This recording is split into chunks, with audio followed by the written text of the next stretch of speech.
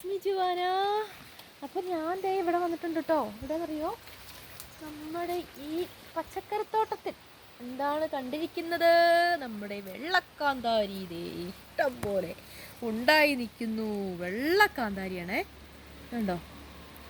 വെള്ളക്കാന്താരി എന്ന് പറഞ്ഞാൽ വെള്ളക്കാന്താരി. അപ്പം നമുക്കിത് അധികം എരിവൊന്നും ഉണ്ടാവില്ല. അപ്പം നമുക്ക് കുറച്ച് നല്ലത് നോക്കി കുറച്ചിങ്ങോട്ട് പറിച്ചെടുക്കാം. ഇത് മൂന്നാലെണ്ണം നമുക്ക് നിർത്തിയേക്കാം. ബാക്കി നമുക്കിങ്ങ് പറിച്ചെടുത്താലോ. അപ്പം ഞാനിങ്ങനെ പറിച്ചെടുക്കുന്നുണ്ട്. ഇപ്പം ഞാൻ പാത്രം ഒന്നും എടുത്തില്ല, എന്താ ചെയ്യുക? നമുക്ക് ഒരു ചേമ്പല എടുക്കാം കേട്ടോ. ഇതാര് ചേമ്പല എടുത്തിട്ടുണ്ട്. അപ്പം നമുക്ക് ചേമ്പലേൻ്റെ ഉള്ളിലേക്ക് നമുക്ക് നമ്മുടെ കാന്താരി പറിച്ചെടുക്കാം കേട്ടോ. പതുക്കെ ഇങ്ങനെ വേദനിപ്പിക്കാതെ പതുക്കെ പറിച്ചെടുക്കണം. അപ്പോൾ ഞാൻ ദേ പറിച്ചെടുക്കുന്നുണ്ട് കേട്ടോ. അതെ ഇത്രയും എനിക്ക് കിട്ടിയിട്ടുണ്ട്.